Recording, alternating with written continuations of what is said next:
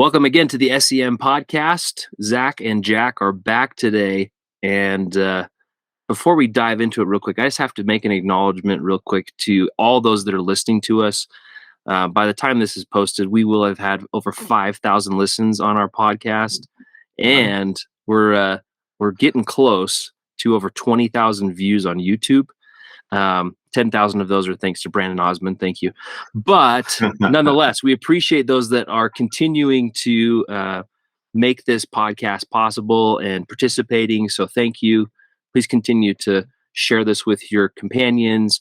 If they haven't come on, I've had conversations with some missionaries saying that they didn't like their mission in Scotland. We don't care. We want to hear your story. So please come and share your experience with us, and then maybe get a few things off your chest. It's a little therapeutic too. So even if you don't want to talk about the mission, we want to hear what people have been up to since then.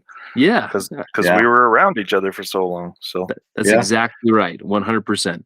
Well, we want to welcome our guest today from the UK, our good friend, Robert Nettleship. Robert, how are you, brother? I'm doing very well. Thank you for having me. Good. I know this has been a long time coming because I messaged you back in the summer. It was like August.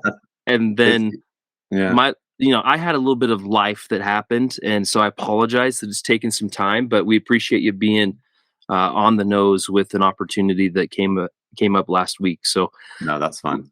Robert, tell us where you're calling from and go from there. Okay. So I'm still living in Sheffield, which is in England in the UK. What I often say to Americans is, if you ignore the top of the UK, which is obviously Scotland, and just focus on the England bit, if you throw a dart right into the middle, you're probably going to land somewhere near where I live. So that's sort of where Sheffield is. It's sort of like halfway between the north and south, and also east and west.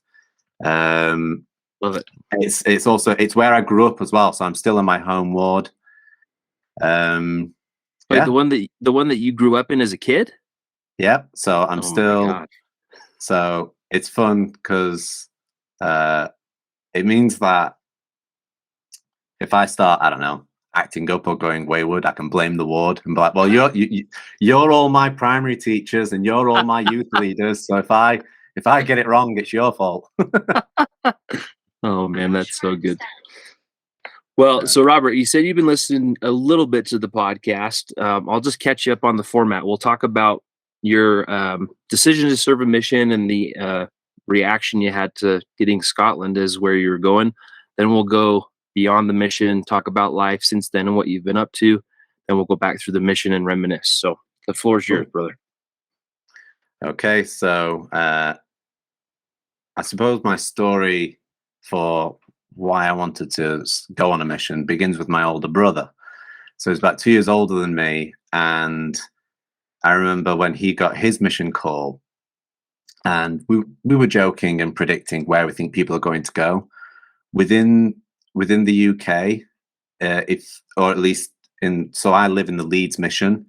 Most people end up in either the London or the London South mission, or sometimes Scotland. That's quite common. Other than that, you might end up somewhere in Europe. Very rare, you may end up somewhere else in the world. So right.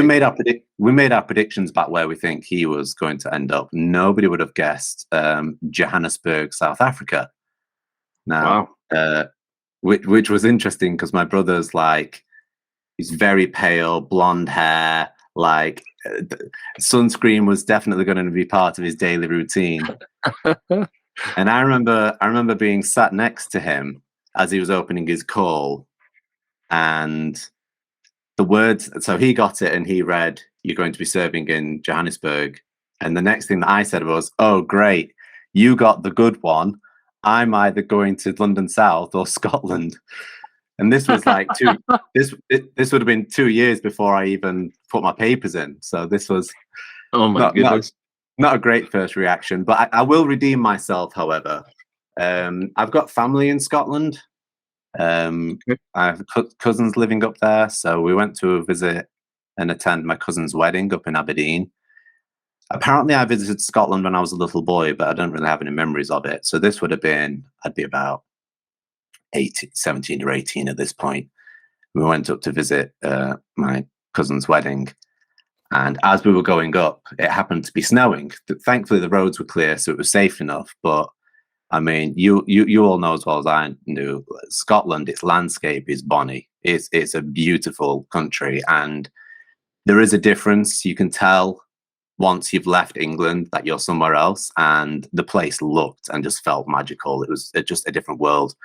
And I remember, so we drove across the border, and then we jumped out at one point to go to like a service station or something on our way up.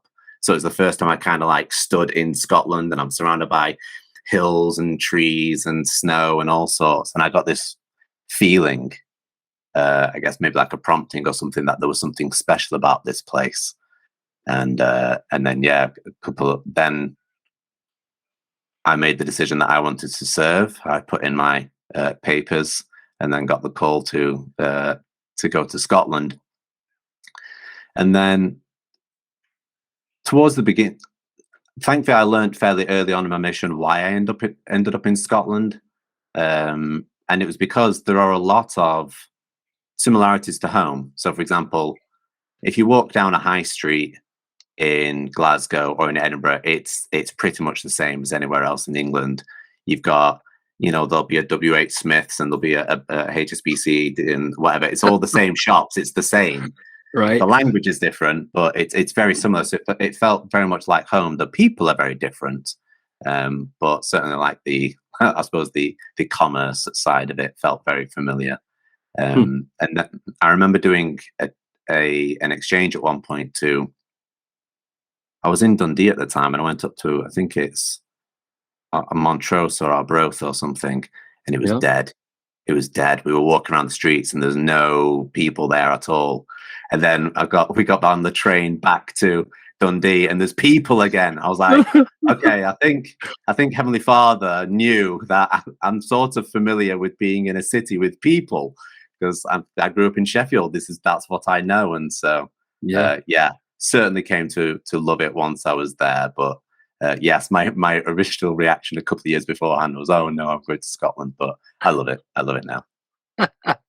I can attest to the high street in Montrose. My goodness, it's a beautiful place. Yeah. But rarely, if ever, are there people walking down that street. Yeah. Like, I remember, so I served there for 6 months, and we GQ'd one time. And I was like, never again. This was a total waste of time, because there was like 4 people that we talked to in an hour or something. Like, it was ridiculous. So, all right, Robert, tell us more about life. Let's check in real quick. You got to the mission when? I'm April 2006 to April 2008. Okay. So take us to April 2008. What have you been up to since then? So I came home, didn't have any initial kind of plans to study or anything like that. I wasn't enrolled in a university or things. So I came back. I kind of gave myself that first summer of kind of not really doing much, kind of like having a bit of a break. Went to like YSA conventions and things like that, which was a weird experience. Again, the UK is, I guess, like it's fairly small in terms of the missionaries that are there. So when I go to these kind of events, you're going to see people. And I think the thing that really threw me at my first YSA convention was like bumping into old like sister missionaries and then wanting to come up and give me a hug or try and dance. And I'm like, whoa, whoa, whoa, whoa, whoa. back off. I'm not. It is pretty funny. But no, so I did that for a bit, and then I got kind of like a strong prompting at the end of that because that's a national convention. So there'll be people there from Scotland as well, which was weird. But my impression at the end of that, though, was in terms of looking for somebody to date and to marry, the impression that I got was the person that you're going to end up marrying is kind of already within your circle, which was helpful because I'm bumping into people from like Ireland and Cornwall and whatever, which is many hours away, which probably doesn't sound much in America, but here in the UK, if somebody lives like 2 or 3 hours away, like that's challenging. Yeah. Then I started looking for work, but I mean, we'll all remember what kind of like the economy was like around late 2008, sort of like moving towards 2010. That kind of period was certainly very, very challenging. I was lucky enough that I actually ended up working in a law firm, which is where I was working before my mission, but just in a different department, in a different part of the firm. So thankfully, I was able to find work, even though economically everything was quite challenging at the time. And but no, I suppose that the next big thing was then starting dating. So in this episode, this would be after summer. So around September, I started dating Emma, my now wife, and I'd met her briefly before my mission, but we weren't really very close. I tease her and say that she never wrote to me, but she had no reason to write to me. We weren't that close. But yeah, and then we started dating, and then it was just continued working, building. Eventually, we got engaged and then married. So we were married in January 2010. So we're 13 years married now. Nice. And unfortunately, not long after we were married, so again 2010, the world still hasn't properly recovered. I was made redundant. So not a great start to our marriage. And then at that point, I wanted to kind of go into something more permanent to pursue. So I wanted to get into teaching. So I went back to do my studies, college, university. That was quite a bit of sacrifice throughout those years, because obviously as a student, you've not really got an income. And I've not got the comfort blanket of being at home with my parents whilst that's happening. I've already left home. So that became quite a challenge, but we made it. And then I qualified as a teacher, and I've been sort of teaching ever since. And number of years in. What subjects do you teach? So I teach in primary school. So instead of teaching one subject with multiple classes, I teach just one class, or I teach a bit of basically every subject, which is interesting. It keeps you on your toes, because there's going to be some things you're more confident with than others. You know, if I'm teaching like a maths lesson or a science lesson, I'm quite happy. But at the moment, we'll be doing a block of learning on like art skills, and I'm like, I don't do what the board says. I don't know. Just. So what age group is it that you teach? It's usually like 9 and 10-year-olds. So we call that year 5. I don't know how that lines up with grades. It's about 4th grade. 4th, 5th grade, somewhere in there. Yeah, that's about right. Yep. So yeah, I've been doing that for a number of years, and yeah. A few years later into our marriage, we ended up with Joseph, who's my son. He's 6 now. He's nearly 7, and then last year we got a dog. That's our family. That's our little family. There you go. That's awesome. 1 son and a dog.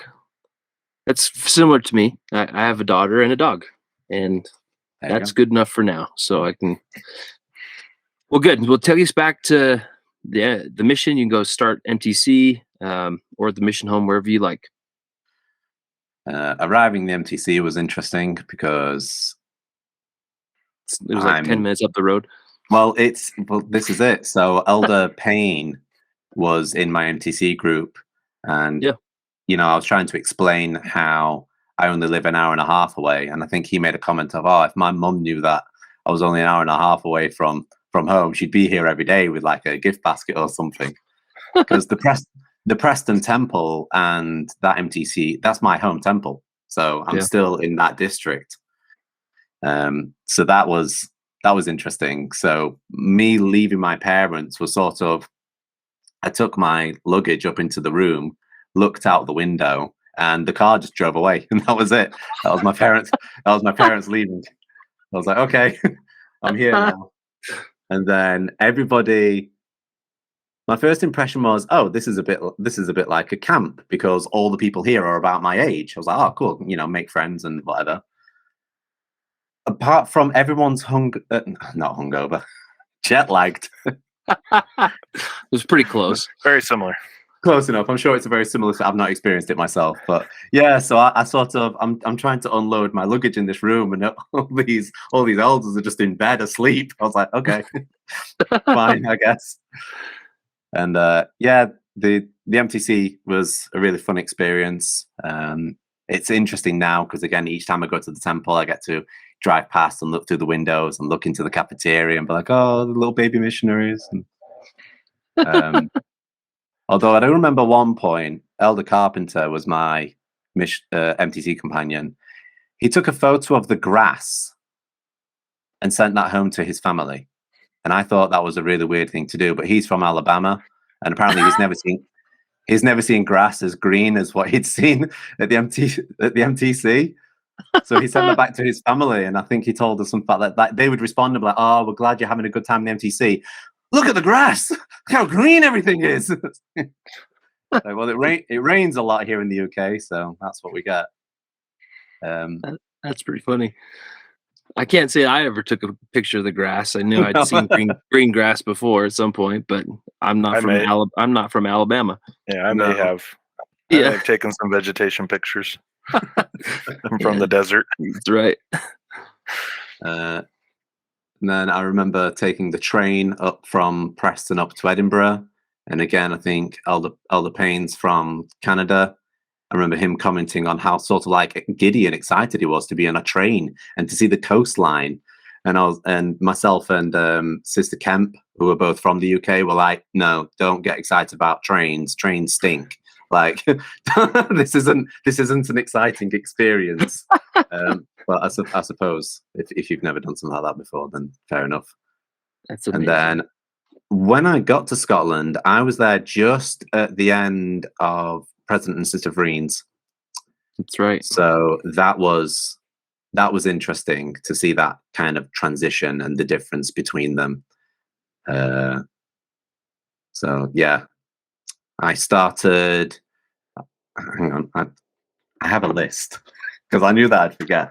I ended up with a lot of companions and a lot of areas, so I've got a list. Where did I start? I started in Kirkcaldy, and I was trained by Elder Briggs, who again is from the UK, and again, just to illustrate how small the world it is, I think his training like granddad was Elder Newman, who's in my home ward now.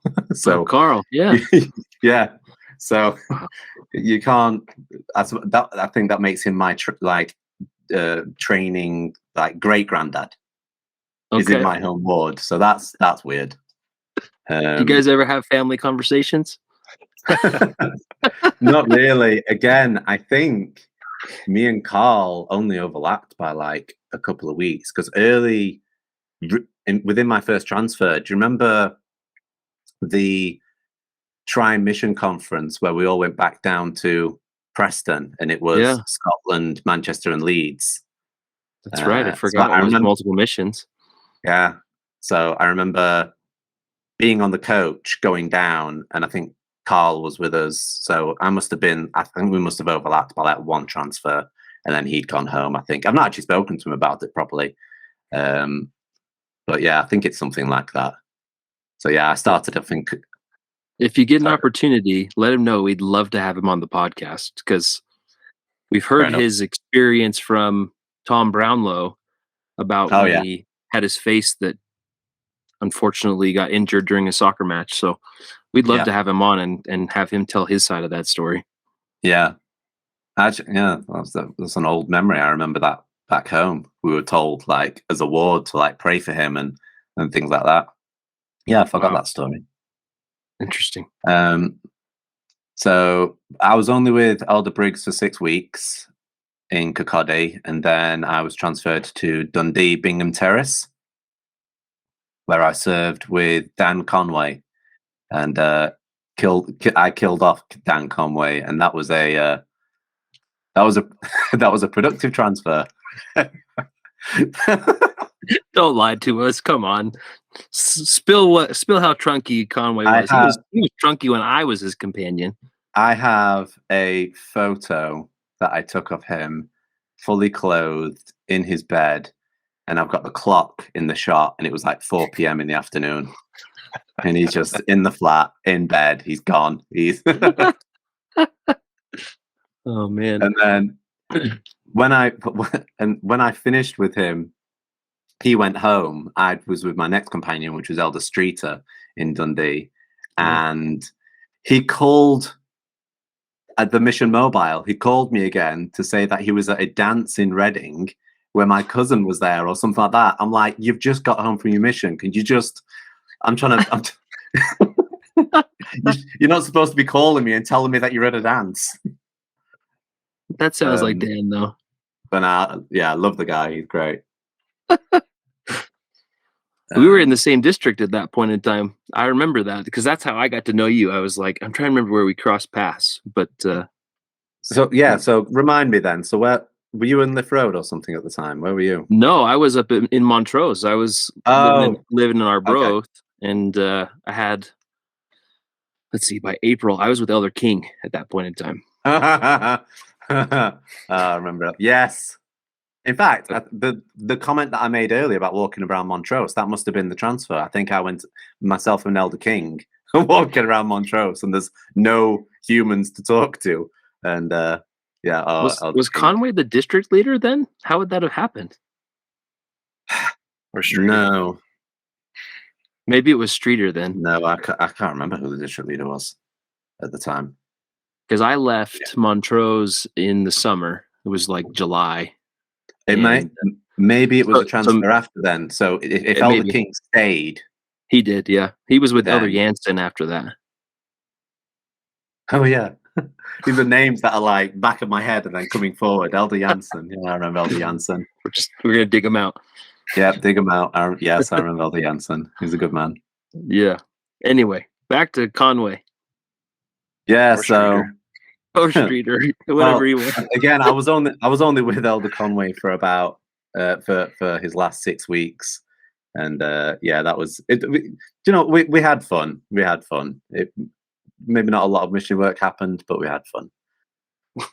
So then he left, and then then Elder Streeter came in, and I was with him for quite a while. Actually, I think he's ended up being my longest companion of 3 transfers, 4.5 months.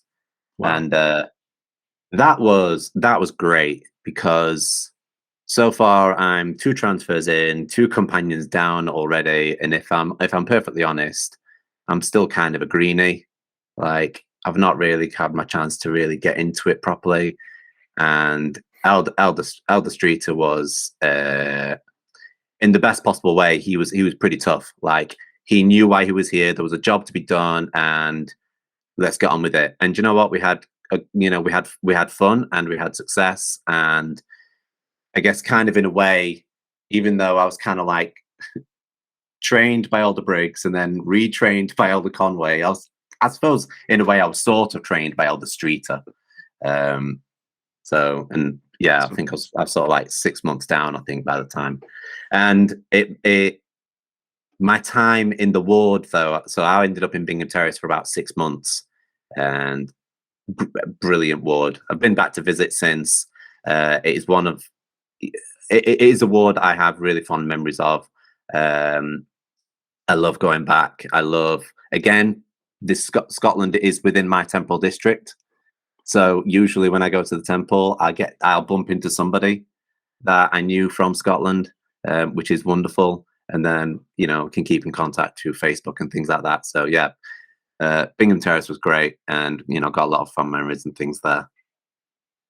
Yeah, it's a great ward. There was so much happening at that point in time where there was a huge focus, obviously, on Preach My Gospel, and then the member missionary work kind of shifted probably at that point in time as well.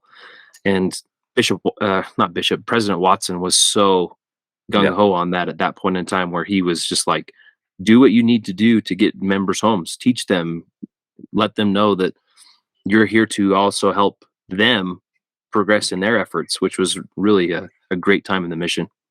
Yeah, we had we really started trying more creative things during that time as well. So I remember there was one family, it's either the Nichols or Nicholsons. I think it's the Nichols family in Dundee. Brother Nettleship, he made a joke. He'd got, the square like 9-volt batteries. Yeah. And the joke where if you touch it to your tongue and it like fuzzes or something like that. So right. we were in church and he was trying to tease like the youth, trying to dare them to do it. And then he dared us to do it and said, if you do it, I'll give you a referral. So we kind of like laughed it off and didn't do it. But then later during the week, we thought on that and we were like, hang on. So then both myself and Elder Streeter, we've got a photo of us both putting the battery onto our tongue. And then we wrote on the back of the photos, you owe us a referral, and posted it through his door. That's nice. I love it. And then, yeah, it was funny because then I think the next testimony meeting, he got up and mentioned that he'd received these photos. He'd put them up on his fridge or something and was laughing about it, and then said he would give us the referrals. I can't remember if anything came of that missionary wise, but yeah, that was certainly part of the mission where we started trying things differently, like started being a bit more creative, and again, more focused on working with the members. Yeah, absolutely. It was a great time. I mean, I was up in Aberdeen at that point in time, and really had to do some revival work with the members and regain the trust. But it was great. There was nothing better than being in their homes, teaching them lessons from Preach My Gospel, and then inviting them to give serious consideration through prayer. Who else we could teach those things to? And there were opportunities that were created as a result of it. Yeah, I think Preach My Gospel was a great tool because I think it had been embedded in the mission for long enough that basically all the missionaries were pretty well versed in it, but it was still new enough as a resource that the members weren't like clued into how to use it.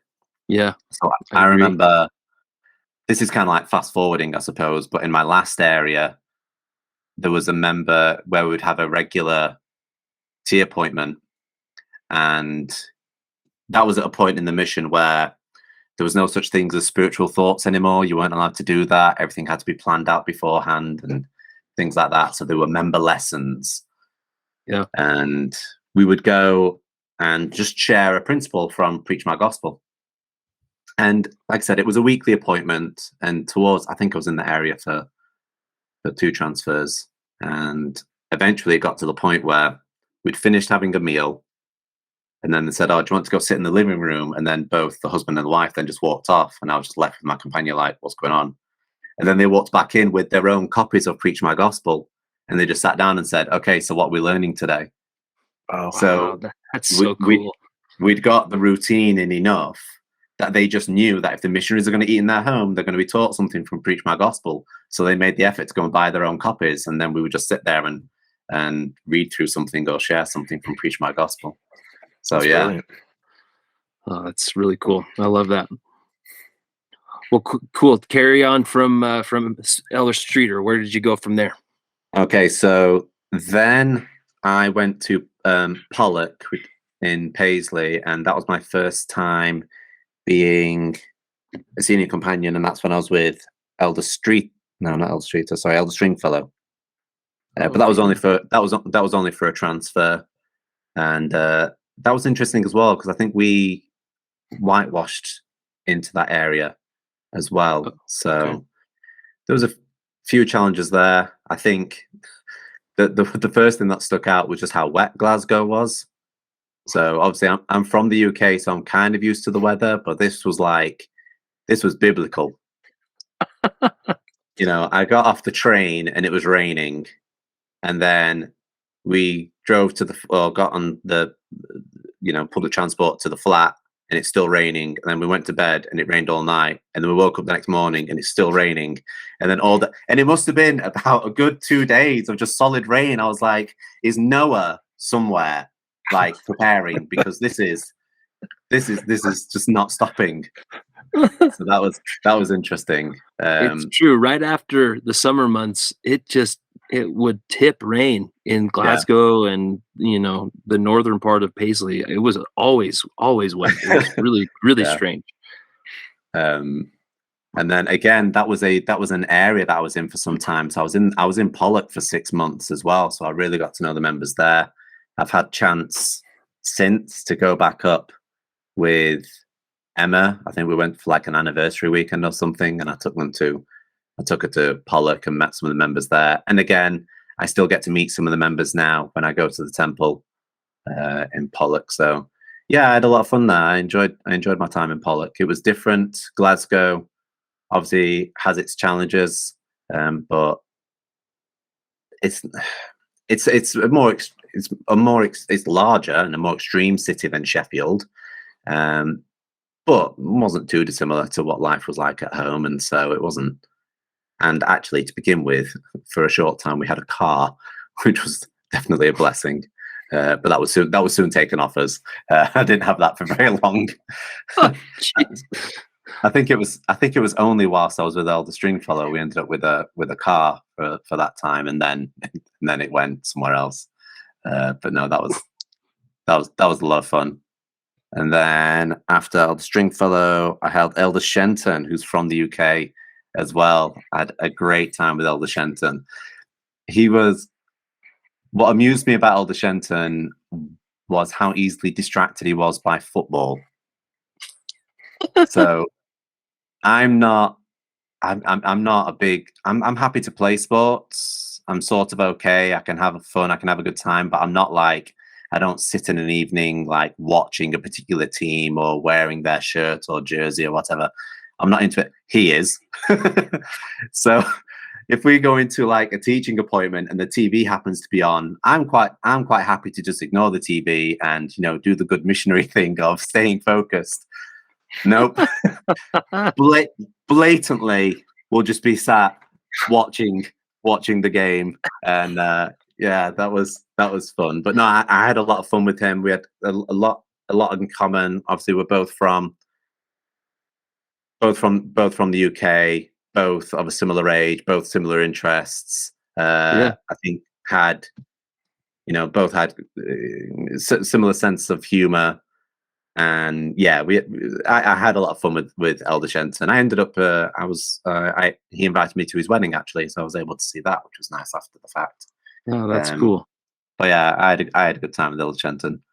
Yeah, we're speaking with him the second week of April. So oh, brilliant! Yeah, I'll catch up with him, and you'll get to hear his experience. I'll have to listen in on that one because he's. I mean, I have him on Facebook, and he'll say it for himself, but I think his family situation is phenomenal. I'm envious of him of everything that he's done, so that'll be exciting to listen to. Yeah, that's cool. Yeah, but again, that was only. I've got so many 6-week companions; it's terrible. I ended up in a threesome actually at some point after that. So my next companion was Elder Ashton, who was great. I mean, he's a big guy, but he's like a lovable giant sort of thing. Had a lot of fun with him. He was quite young in his mission. I think we were maybe like his second or third companion. He was fairly young. And then Elder Trotia was in the office at one point, and they have to do their transfers different to everybody else's. So he came out of the office about 2 weeks before the main transfer, and they just needed somewhere for him to go. And I think, was I district leader at the time? Or was that the time before? I can't remember. But anyway, we ended up as a threesome. So it was me, Elder Ashton, and Elder Trotia. And that was hilarious. We had a great time. Again, this is still in Pollock. We did have a car at this point, and teaching was way more efficient when there's 3 of you, because you can just borrow one member and you can go do a teach, and then other people can be finding, and vice versa. Like it doesn't take a lot of effort for you to get a lot of things done. So that was fun. And yeah, that's really well thought out. Yeah, we ended up in moving flats. There was problems in the flat that we were in when we first got to Pollock, so we moved to a new one. In fact, most of my transfer with Elder Shenton was finding a flat. We weren't really doing missionary work. We were just hunting for somewhere to live. Oh yeah, there was the flat that we were in wasn't in a great area, and the mission office basically called and said, you can either stay and we'll renew the lease, or if you want to find somewhere else, you can find somewhere else and we'll just contact the landlord and say we're not renewing, sort of thing. And we said, yeah, we'd like to go. So they're like, okay, you've got like 2 weeks. Oh, okay, right. Ignore everything. We need to find somewhere to live. So then we'd go into like letting agents and get all these booklets and things and find somewhere to live. And yeah, we ended up getting a pretty fun place. It was a flat, and we managed to rearrange. I think it already had 2 beds. It had quite a large main bedroom, and it was big enough just to squeeze 3 double beds in. So we each had, I mean, one of them was like a futon or like a pull-out bed or whatever, but we managed to squeeze them all in there. And the first night, I'll never forget. So there's me, Elder Trotier, and Elder Ashton are all in this room, and we said our evening prayers. We're about to go to bed. It goes quiet, and then we must have just turned into like little kids. I think it was Elder Ashton who started it, and he just went, "Hey, you wanna tell bear stories?" It's like, what? And he just started saying all of these different like experiences from home to do with bears. And then we all like struggled to go to sleep that night because we're all got nightmares about bears. It was like being on a camp or something again. It didn't feel like a mission at all. It was really fun. Just childish and fun. But you know, we did work, and we had a good time as well. And but yeah, so that was, threesomes were great. Being at threesome, it was, like I said, it was only for 2 weeks, and then Elder Ashton left, and I was with Elder Trotier for my final 6 weeks in that area, and okay. And he's a good guy. I had a lot of fun with Elder Trotier as well. Jack talked to Travis. When was that? Last week? 2 weeks ago? Yeah. Anyway, his episode is coming live here later this week. So I heard of Elder Shenton before. I think he was the one anyway. It was like 50 Shent. 50 Shent. 50 Shent. that's how Travis referred to him. That's hilarious. Yeah, because I think he was. I ended up with a string of companions who, after serving with me, ended up serving as a zone leader, which I thought was hilarious, because in my mind it just meant if you can survive putting up with Elder Nettleship, you deserve mission leadership. Because I think it was 3 in a row. I think Elder Stringfellow ended up, I think after me, he ended up as his own leader, and then the same with Elder Shenton. It was the same with Elder Ashton. All 3 of them ended up as zone leaders after serving with me. So that must be some sort of badge on their lapel. I survived Elder Nettleship or something like that. I don't know. You were the refining they needed. I'm the refining fire that they have to survive. That's great. Oh, that's terrible. Yeah, and then I left the area, and I think I whitewashed into my next area. That was Falkirk, and that was with Elder O'Donoghue. Really nice guy. He was very quiet when he first started. He's from somewhere in Wales, I think. Where's he from? Milford Haven. And yeah, he was quiet. It was a different companionship. We whitewashed into the area, so there was a lot of work to do there. It was awkward as well. I ended up with a lot of experiences in Scotland where I kept bumping into people who knew me, and that was one of them. I went into first Sunday in Falkirk, and I've got a member tapping me on the shoulder. You know, oh, hi, Elder Nettleship, and I turn around and it's Brother Watts, and the Watts family used to be in my ward. Oh, really? I was younger, so just like, oh, okay, hi. I can't get away. Fair enough. That happened a lot. There was other times in other areas where people bumped into me and either recognized the name or I was somehow related to people or whatever. And I'd go to like state conference and my cousins would be there. It was things like that. It felt very weird. But yeah, Falkirk was nice. Lovely area. I hadn't realized how close it was to Glasgow until I mentioned earlier. I went on a trip with my wife up to Scotland, and we drove. I was showing her some old areas, and the drove from Falkirk to Glasgow. Well, as a missionary, you only travel around when it's transfers or on a coach or a train or whatever, and everything takes ages. And then in a car, I was like, oh, I was like 30 minutes down the road, and now I'm in Glasgow. Oh, okay. They're actually not that far apart from each other, you know. I was surprised when I was in Cumbernauld and we're out tracking, and like you could look over and see the Falkirk wheel. I'm like, oh, yes, it's right there. Yeah. Yeah, had fun in Falkirk. That was that was a good area. Again, I think I came in there after Elder King as well, and he wasn't very helpful on the first day because I'm whitewashing in, so I'm with Elder O'Donoghue. We're getting off the train. We arrive at the flat opens and the alarm goes off, and we have no idea how to switch the alarm off. So I get on the phone, the blue and orange brick of a phone that we all used to have. Right. And I call up Elder King to say, how do I switch the alarm off? Well, he hears my question. He can hear the alarm in the background. And rather than giving me the answer, just laughed for about a good couple of minutes, rather than being helpful and telling me how do I turn the alarm off. He's just laughing at this situation. So yeah, that was fun. And I think I don't know. There was a Scooby-Doo in the flat with a bunch of people's names on it. There was, huh? Yeah. I've got a picture of it. Yeah, people would sign their names on it. I think it died not long after we were there, because that's when, like, hammer time. Yeah, is that what we're calling it? We'll call it hammer time. That's Scooby-Doo definitely would not have survived hammer time. Scooby-Doo, I think there's even a photo of zone leaders with it decapitated and binning it and all sorts.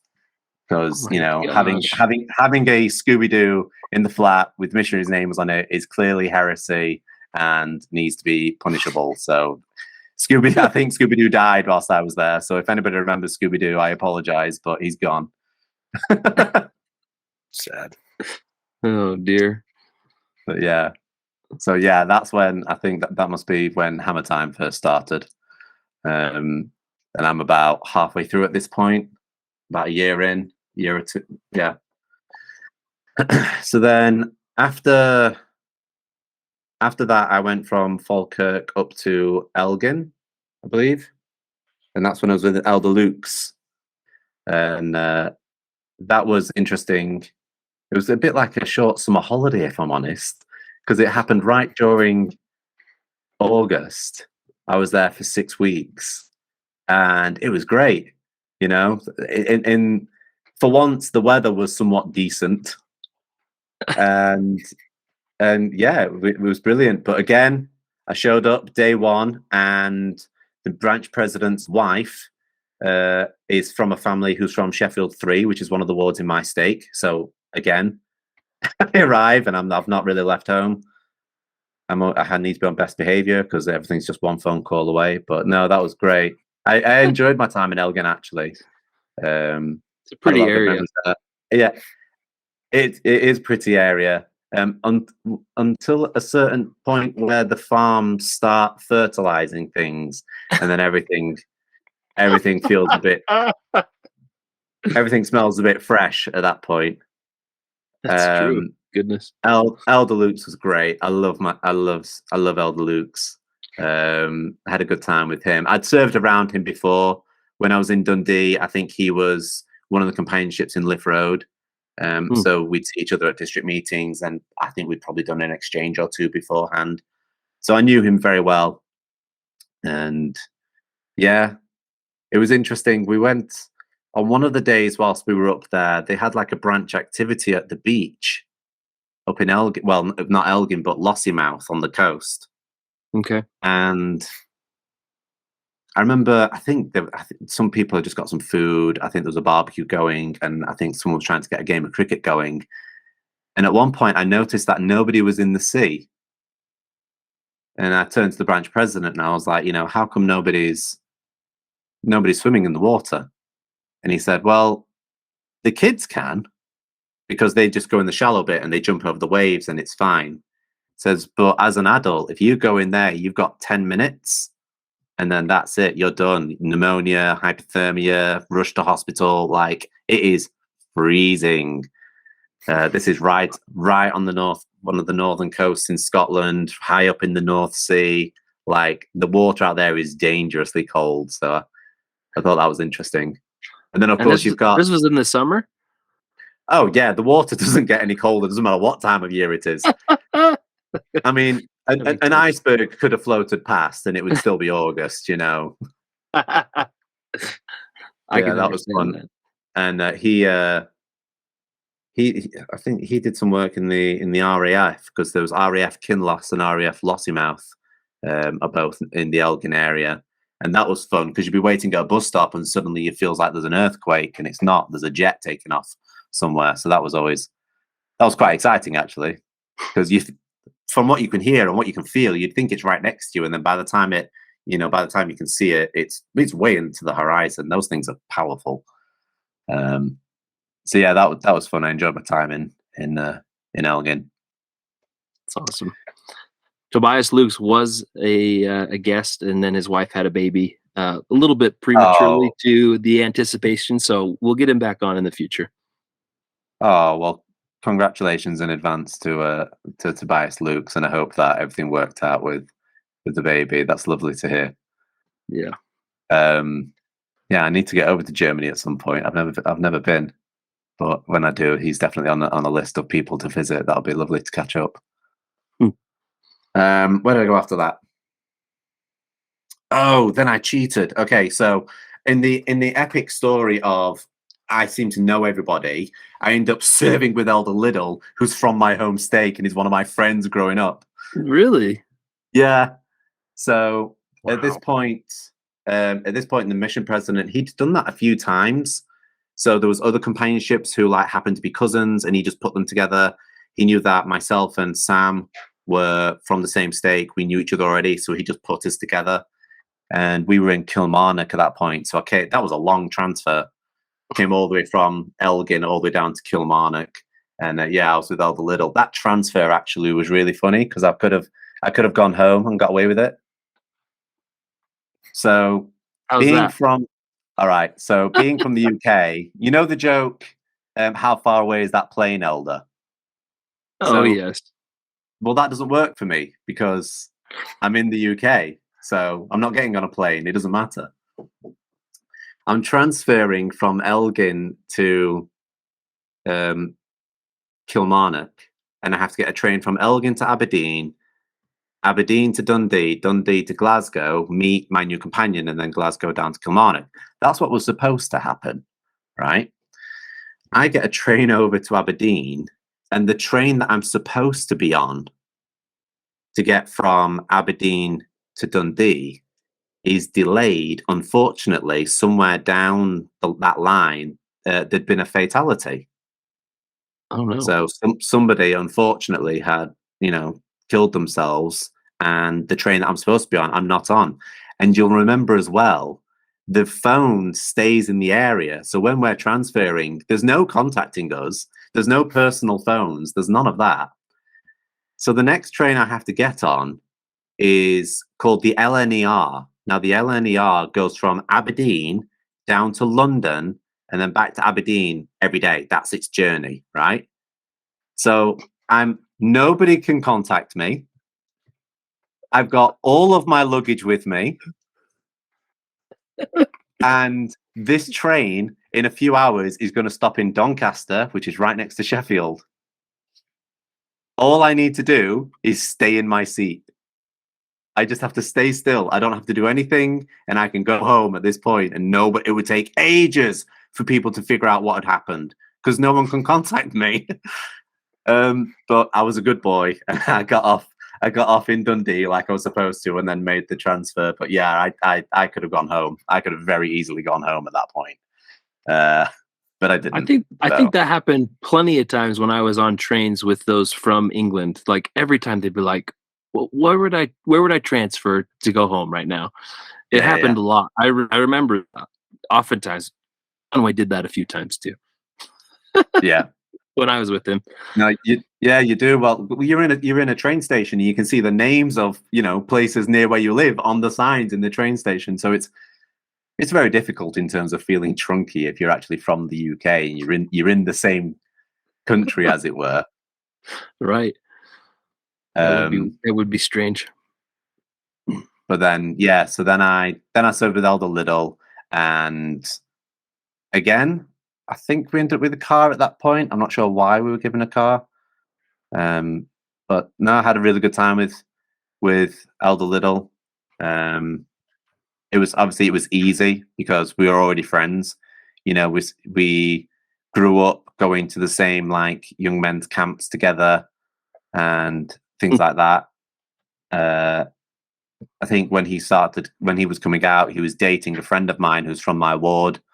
It's very weird when that happens. But yeah, I actually asked President Frederick about his reasoning about putting us together, and he was the one who said that there's been other companionships where he does that, just because then there's no question about companionship unity because it's already there. So then you can just get on with the work. But I did ask him for advice. I was like, I keep calling him Sam. I'm not calling him Elder Little, and he's not calling me Elder Nettleship. We're calling each other by our first names. Like, how do you deal with this? And even he admitted, he was like, in the mission home, when it's just me and Sister Frederick, we'll refer to each other by our first names, and you just slip up and whatever. It doesn't really matter. Was sort of what he said. That's amazing. Yeah. That would be hard because you've known him for how long before? It's just Yeah. Well, we basically grew up together. Even before youth or anything like that. My dad was on the State High Council, and Doncaster, which is Sam's ward, was his assigned unit. So once a month we'd be going over there. So honestly, like since primary, I've known Sam. Wow. And then we ended up serving as missionary companions for a time. So that was fun. Interesting. And then I think he went off to Dundee after that point, and I was with, was it Elder Money? Yeah, I was with Elder Money for a time after that point. Again in Kilmarnock. And then that was an awkward transfer. I was with him for, I think it ended up being 10 weeks. And then for the last 2 weeks of my time in Kilmarnock, I was with Elder Patel. And then, yeah, so that was interesting because it was kind of like a preempted transition.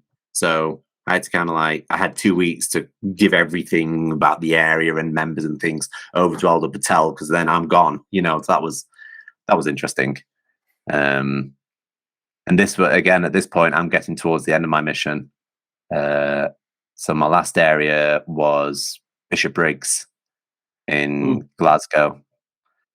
And I started there with Elder Brophy from Ireland.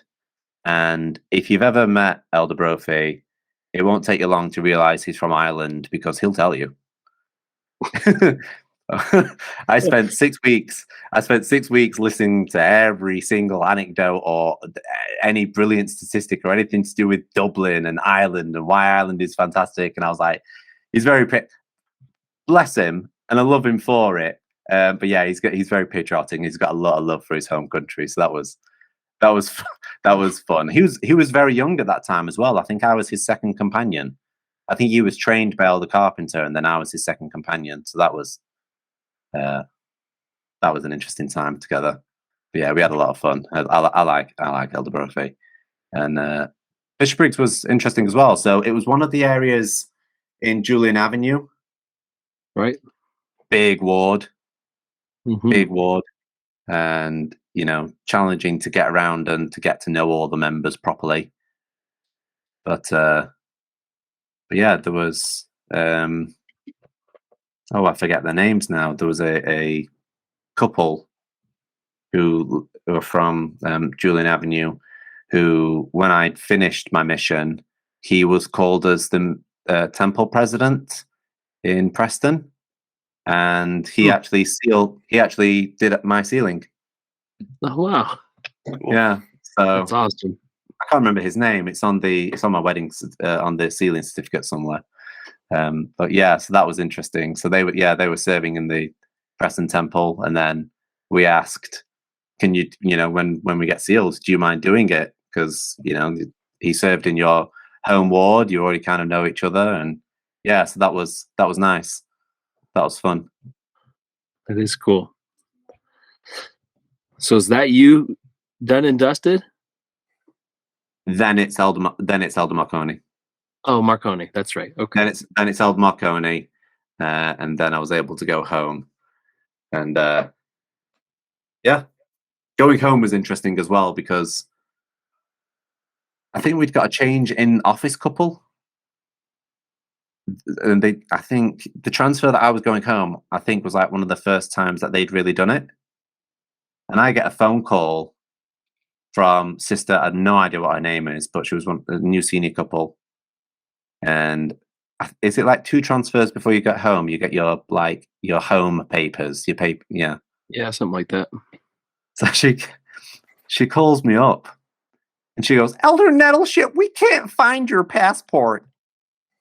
I apologize, but that is what she sounded like, and it was very difficult to explain why I didn't have a passport.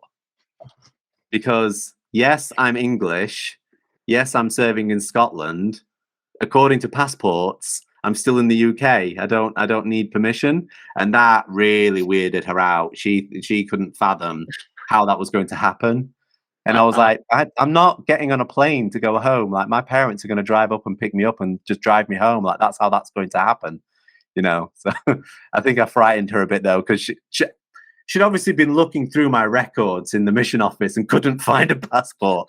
I don't own one. I didn't have a passport. I didn't need one to serve in Scotland. I don't need a visa to be in Scotland. I'm allowed to be there. So yeah, that was funny.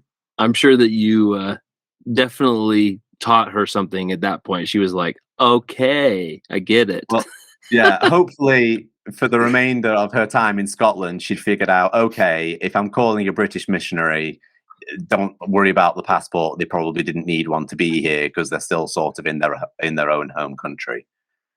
Somebody probably had to give her a lesson in British history. We all had to have that a little bit for us Americans. At least I know for myself. But I remember a time in Dundee. The language barrier was hilarious. So when I was at Dundee, we had a bit of success with Chinese members, with Chinese people. And we had this one person, this was when I was with Elder Streeter, and the arrangement was we were teaching this man, his English name was Eric. And the arrangement was at the end of the lesson, he would have a list of like words that he's trying to like improve on his like pronunciation. And so he would say the word, and then Elder Streeter would repeat back how to say the word, but obviously he's got an American accent. I would then also say the same word, but I'm saying it with an English Yorkshire accent.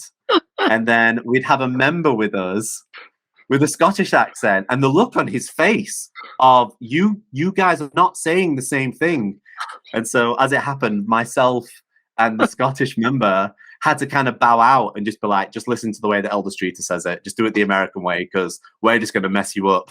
There's definitely a language barrier there. Oh, wow. That's amazing. I often joke after the fact with the missionaries that we have in our home ward coming to visit us now.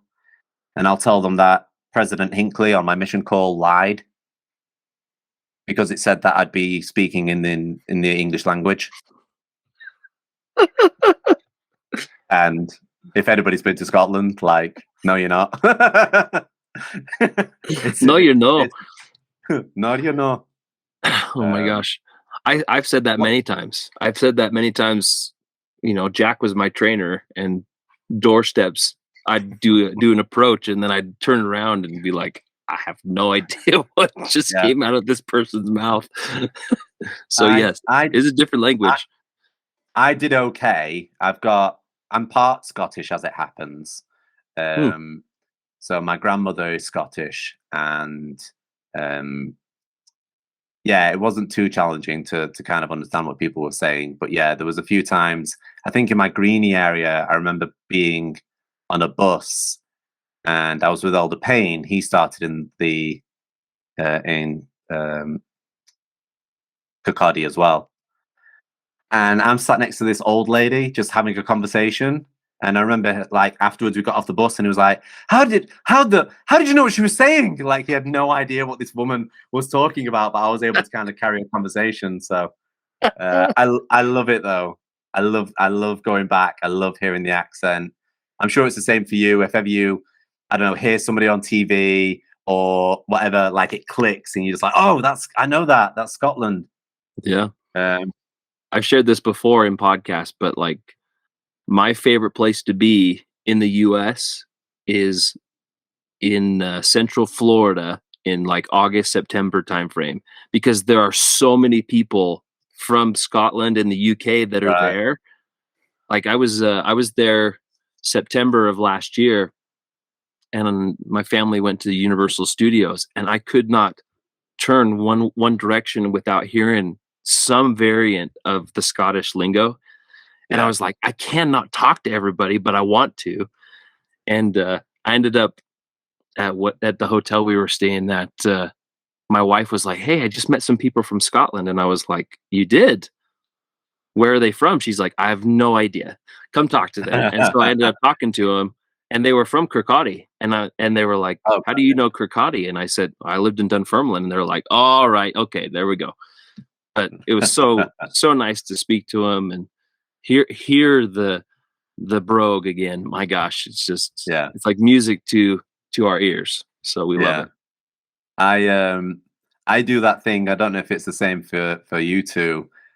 When I do go back to visit, or if I happen to be talking to somebody who's Scottish, you start slipping into saying like I and Dinny and Ken and all those kind of things. And my wife will be looking at me like, what are you doing? Yeah. Oh yeah. I mean, it really is a different language. I had a separate experience I've shared on here before where we were in line at one of those theme parks, and the people in front of us were from Glasgow. And I said, what part of Glasgow are you from? And they looked at me like, how did you know that? Wow. Yeah. And then we started talking, and my wife's asking him questions, and she did the exact same thing that I did to Jack on that doorstep, where she listened and then she looked at me and said, what on earth did they just say? And I said, they said this. I had to translate for her. So it's just the same, but like there's nothing better than being in a conversation and being able to hear what they say and know what they're saying, and then be able to speak it back to them. So makes them feel comfortable just as much. But. Yeah, and that just so long as you don't kind of like take it to an extreme. I remember we got told off as a mission for I think some missionaries had got into the habit of when they're bearing testimony in the ward, they'll say things like "I ken the kirk is true," and so we were kind of told, listen. The Scottish accent is wonderful and everything, but please don't do that. Like, just don't do that. It's a testimony. It's not appropriate. Don't don't say "I ken the kirk is true" in front of the members. They don't like it. I'm sure they just thought we were taking the mick out of them a little bit there. Yeah. I mean, I felt the same when I came home and I was listening to American missionaries, but they'd picked up like a weird version of the Yorkshire accent, my home accent, and I was like, what? So we'll like drop the letter T, which is kind of like a bit of a joke, is it? Like, so instead of water, it would be water, right? Whereas I think in the American accent it would be pronounced with a D, water, with a D. Elder Street and I joked about this because I would call myself Elder Nettleship with no T's, and he'd be Elder Streeter with a D, And yeah, I remember coming home and listening to this missionary who's called Elder McFarlane, blessing the sacrament, and he in his American accent still saying, "Blessing sanctify this water," and I was like, "Oh, oh, don't do that, don't." Yeah, just read it. They just want to hear it. Yeah, It's not talking to the Neds walking down the street. yeah. Oh, goodness. That's Well, a fun Robert, one as well. Yeah. do you have any specific memories? I know you had the latter part of the Vrains, but any specific memories of President and Sister Frederick that you can recall? I mean, I remember very first meeting Elder Frederick, and he was, his frame is he's quite a stocky character. I think when he was younger, he played football and things. So he sort of came in. I remember when we first saw him, and I think we're a bit not intimidated. That's the wrong word, but there was definitely kind of like a look. But then you get to meet him, and you're like, oh no, this guy's lovely, and he shared some, great wisdom. We'd get to hear from him in obviously zone conferences and things. I never really got to know him overly well because I never served in Edinburgh. Right. So literally my experience of the Fredericks was zone conferences and things. But I do remember they were very good to me at one point when I was serving with, when would it have been? I think just before I was serving with the Elder Trotia, my mum called the mission home and said, "Listen, Robert's grandpa has just been diagnosed with cancer, and we wondered if you wouldn't mind, passing on the message and just kind of letting him know." And I think it was Sister Fredericks who took the call, and she had the foresight of kind of like follow, I guess, like this the letter of the law and spirit of the law. And she just told my mom and said, "You know what? Here's his direct number. Just call him. It's fine." And so yeah, then my mom called me and said, just let you know, Grandpa's got cancer. Hope that you're, whatever. And then shortly after that, I was served with Elder Trotia, and as we were getting to know each other, one of the things that he was explaining is that whilst he'd been on his mission, he'd lost some grandparents, and I was like, oh, maybe that's the reason why I'm with Elder Trotia. And then, yep, sure enough, I think it was about 2 or 3 weeks later, again, my mom called the mission home, and Sister Frederick just said, just call him directly. It's fine. Don't worry about it. And so, yeah, my mom called me and said that my grandpa had passed away. And, which was hard. He was, certainly a strong influence in my life. And from what I was told, his funeral was held in the Stake Center and was packed. He'd really had a strong influence on people. He was the stake patriarch in our home stake. And my dad was the first patriarchal blessing that he ever gave. And on your patriarchal blessing, I don't know if they still do this now, but there's a number, and it's like however many, whatever. So my dad is number 1, and then I think I'm number 647, and I was his last one. So really? just before my mission, he was no longer acting stake patriarch, but because I think even if you're not acting stake patriarch, you can still offer patriarchal blessings if it's a blood relative, something like that. Yeah. There's a rule anyway. So he still had permission to conduct my patriarchal blessing, and I ended up being his last one. And it was interesting. I remember there was a time in Dundee, there was a sister, I think she was a less active sister, but she happened to come to stake conference, and she saw my name badge, Elder Nettleship, and she said, "Oh, do you know Aubrey Nettleship?" And I was like, "Oh yeah, that's my grandpa." And she said, "He did my patriarchal blessing." So that was, wow, that's cool. That was quite. It was a loss. It was a loss, but yeah, that was. So speaking on the Fredericks, I'm grateful that they took the view of, because they could have said no, we'll just you can send him a letter, or we'll call him, but they knew that this was something that it was fine for my mum to call me and just say, this is what's going on back home.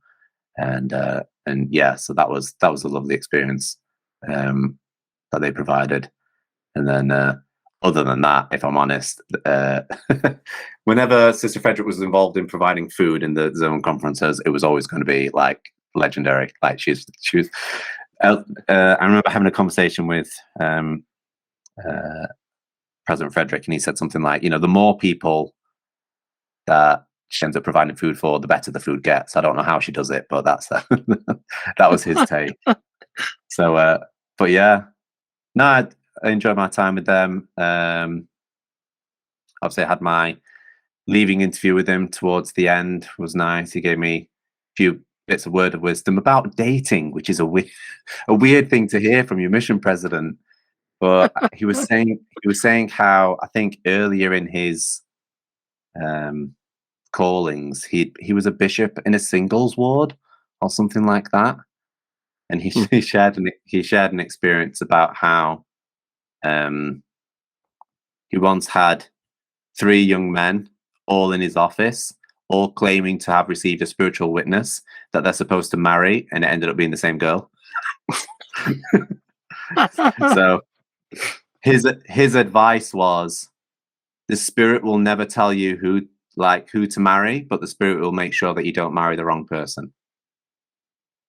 Something like that. So I kind of took that wisdom home, and it worked out, because I ended up being able to date and get married fairly quickly. So yeah, it's a unique piece of advice. I don't think I've ever heard that before, but that's cool. Yeah, it was nice. Well, Robert, we've enjoyed having you on tonight. Is there any of your favorite missionaries besides your companions? Those are people we'll definitely work on. Joe Patel, we've talked to, and you'll hear his episode coming up soon as well. Yeah. I'll also let you know that Adam Payne and Candy Kemp are on the future schedule, lovely. So you'll hear from them. But okay, get us in touch with Elder Carpenter. We'd be happy to have him on if you're still in touch with him. Is there anyone else of your favorite missionaries we haven't talked to yet that you want to call out today? I mean, you've given quite a list there. I'd love to hear from Candy Camp. She was in my MTC group as well, and Elder Payne, Elder Shenton, yeah, and those would be a fun one. I've not heard from Matthew Carpenter for a long time, but I've probably got him on Facebook somewhere. I can try to poke him a bit and see if he'll share some of his stories. So why not? I'll see if I can pull some strings with Matthew. Yeah, for sure. Is there anyone else besides those that might be of interest to you? Like any of your favorite people from the mission? I know that's like tugging at your brain strings a little bit right now, but Elder Streeter would be another one as well. I know that he was a companion of mine, but I think he ended up over in China. So it'd be really interesting to find out where life took him after his mission. Mm-hmm. Yeah, so that would be another fun one as well. We've been in touch with him. Jack actually served with Streeter as well. Oh, brilliant! And Streeter was in my MTC group, so I'd love to talk to him. Yeah. We're still working on timing, but we'll continue to pursue him for sure. Brilliant. Well, good. Well, again, Robert, we appreciate you taking time. It's been great, and more than anything, just know that we love you. We're grateful that you are one of our brothers in Scotland, and anything that comes along, please let us know how we can be of assistance, and know that we're always here for you, mate. No worries. Thank you for your time. All right, fun. Robert. Have a good night. Love you, brother. See you. Take care. Bye-bye. See you. Bye now. Bye.